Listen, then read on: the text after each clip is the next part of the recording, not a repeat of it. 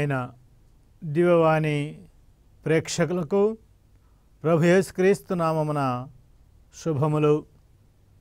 కథోలిక శ్రీసభ సత్యోపదేశానికి స్వాగతం, సుస్వాగతం.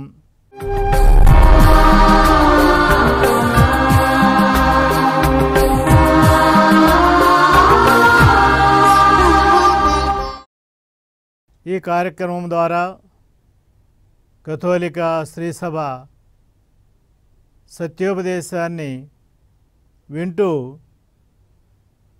ఫలితం పొందుతున్నారని, ఆధ్యాత్మిక జీవితంలో ఎదుగుతున్నారని ఆశిస్తూ ఉన్నాను.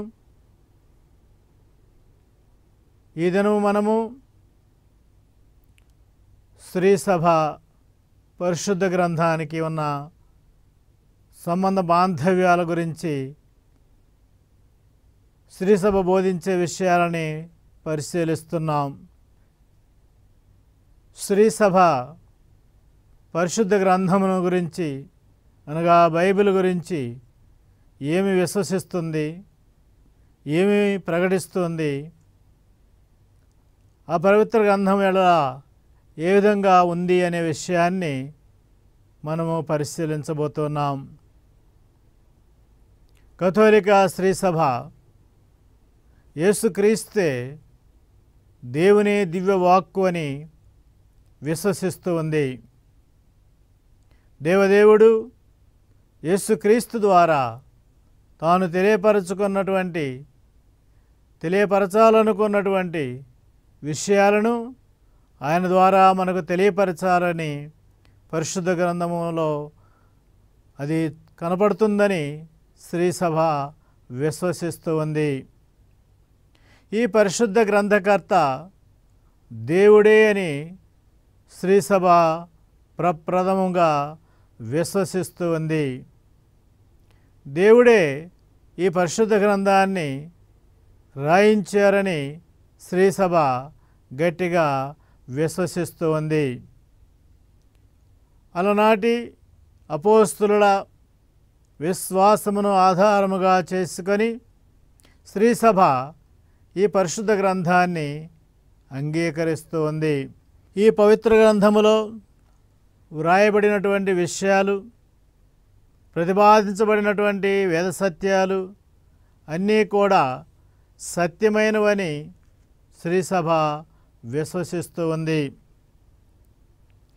పవిత్రాత్మ సహాయముతో ఈ పరిశుద్ధ గ్రంథములు రాయబడి ఉన్నదని శ్రీసభ దృఢంగా విశ్వసిస్తూ ఉంది. ఆ గ్రంథములో ఉన్నటువంటి అన్ని పుస్తకాలు, అన్ని భాగాలు కూడా దేవుడే ప్రేరేపించారని, పవిత్రాత్మయే ప్రేరేపించారని శ్రీసభ చాలా దృఢంగా విశ్వసిస్తూ ఉంది. ఈ యొక్క పవిత్ర గ్రంథము పవిత్రమైనదని, ప్రామాణికమైనదని శ్రీసభ విశ్వసిస్తూ ఉంది. అంటే ప్రామాణికం అంటే నమ్మదగినదని, మన జీవితానికి అది మార్గదర్శి అని శ్రీసభ విశ్వసిస్తూ ఉంది.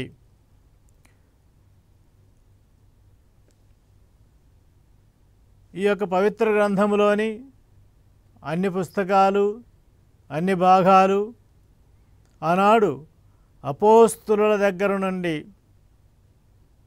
యథాతథంగా మనకు అందించబడ్డాయని, పారంపర్యంగా అందించబడ్డాయని నేడు శ్రీసభ విశ్వసిస్తూ ఉంది.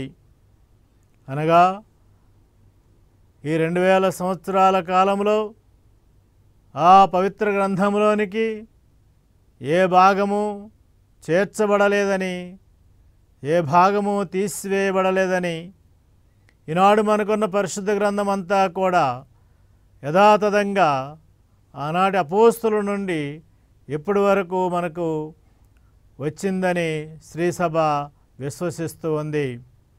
ఆ విధంగా ఈ పరిశుద్ధ గ్రంథములో ఎలాంటి మార్పులు కానీ చేర్పులు కానీ లేకుండా స్వచ్ఛమైనటువంటి యథార్థమైనటువంటి పవిత్ర గ్రంథము మనకు వచ్చిందని శ్రీ సభ విశ్వసిస్తూ ఉంది, ప్రకటిస్తూ ఉంది. ఈ యొక్క పరిశుద్ధ గ్రంథములో ఎలాంటి దోషాలు కూడా లేవని శ్రీ సభ విశ్వసిస్తూ ఉంది. ఇందులో ప్రకటించబడినటువంటి సత్యాలన్నీ కూడా రూఢిగా ఉన్నాయని, యథార్థంగా ఉన్నాయని శ్రీ సభ విశ్వసిస్తూ ఉంది. ఈ యొక్క భాగాలన్నీ కూడా మనకు నమ్మక పాత్రంగా మనకు అందించబడ్డాయని శ్రీ సభ విశ్వసిస్తూ ఉంది.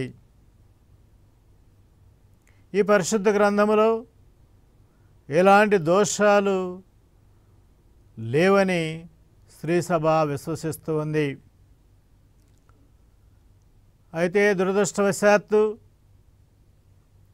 కొందరు క్రైస్తవులు అన్యమతాలను, అన్యమత గ్రంథాలను విమర్శిస్తూ ఉన్నందువలన వారు కూడా తిరిగి పరిశుద్ధ గ్రంథములో దోషాలున్నాయని, తప్పులు ఉన్నాయని తెలియజేస్తూ ఉన్నారు. అనేక విషయాలలో వారు తప్పు పడుతూ ఉన్నారు. అయితే వాస్తవం ఏమిటి? పరిశుద్ధ గ్రంథము ఎలాంటి దోషాలు లేవు అని ఘంటాపథంగా చెప్పవచ్చు. ఏ విషయంలో? వేద సత్యాల విషయంలో. దేవుడు తెలియజేసినటువంటి వేద సత్యాలలో ఎక్కడా దోషము లేదు, తప్పు లేదు, ఎలాంటి పొరపాటు లేదు. అందులో ప్రకటించబడినటువంటి సత్యములన్నీ యథార్థము, సత్యము, వాస్తవము, నిజము. అయితే ఈ పరిశుద్ధ గ్రంథాన్ని మానవులు రాశారు కనుక అక్కడక్కడ కొన్ని భాషలోను, భావ వ్యక్తీకరణలోను ఆ దైవ సందేశాన్ని లేక ఆ సత్యాన్ని ప్రకటించే విషయంలో వారు కొన్ని విషయాలలో ఆనాటి కాలమాన పరిస్థితులను బట్టి వారు చెప్పినటువంటి విషయాలలో అక్కడక్కడ దోషాలు దొరికినట్టుగా మనం గుర్తించగలం. అవాస్తవాలుగా మనకి కనిపించవచ్చు. ఉదాహరణకు మనము ఆదికాండము 1వ అధ్యాయాన్ని మనం తీసుకున్నట్లయితే అక్కడ దేవదేవుడు ఒక్క రోజులో కొన్ని సృష్టించారని, ఇంకొక రోజులో ఇంకొన్ని సృష్టించారని మనం వింటూ ఉన్నాం. వాస్తవానికి అక్కడ ఆయన ఒక్క మాట పలకగానే అవి సృష్టించబడ్డాయి. మరలా ఇంకొక మాట పలకగానే ఇంకొన్ని సృష్టించబడ్డాయి. ఒక్క మాటకు అనగా మరి ఒక రోజు అని అంటూ ఉన్నారు. ఈ విధంగా మనము చూసినప్పుడు అది కొంచెము తప్పుగా కనిపించవచ్చు కొందరికి. కానీ విశ్వాస సత్యం ఏమిటి? అక్కడ గ్రంథకర్త తెలియజేయాలనుకున్న విషయం ఏమిటి? దేవుడు తెలియజేయాలనుకున్న సత్యం ఏమిటి అని మనం పరిశీలిస్తే ఆనాడు సూర్యచంద్ర నక్షత్రాదులను, ప్రకృతి శక్తులను దేవుళ్ళుగా, దేవతలుగా పూజిస్తున్న కాలములో దేవదేవుడు తన పరిశుద్ధ రచయిత ద్వారా తెలియజేసినటువంటి విషయము దేవుడు అక్కడే, ఆయనే సర్వసృష్టికర్త. ఈ సూర్యచంద్ర నక్షత్రాదులన్నీ కూడా దేవుని సృష్టియే, అవి దేవుళ్ళు కాదు, దేవతలు కాదు అనే సత్యాన్ని తెలియజేయటమే అక్కడ ఉన్నటువంటి ముఖ్యమైన విషయము. కానీ దీనిని మానవ భాషలో ప్రజలకు అర్థమయ్యేలాగా తెలియజేయటానికి ఒక్కరోజు ఒకటి, ఇంకొక రోజు ఇంకొకటి, ఇంకొక రోజు ఇంకొకటి అని చెప్పడం జరిగింది. అంత మాత్రాన అది దోషము కాదు. ఇలా మనము కొన్ని విషయాలలో అన్యులకి అవి కొన్ని దోషాలుగా, తప్పులుగా, పొరపాట్లుగా కనబడటము సహజము. కానీ పరిశుద్ధ గ్రంథము సత్యమును ప్రకటించుటలో, వేద రహస్యాలను ప్రకటించటంలో ఎక్కడ ఎలాంటి పొరపాటు చేయలేదని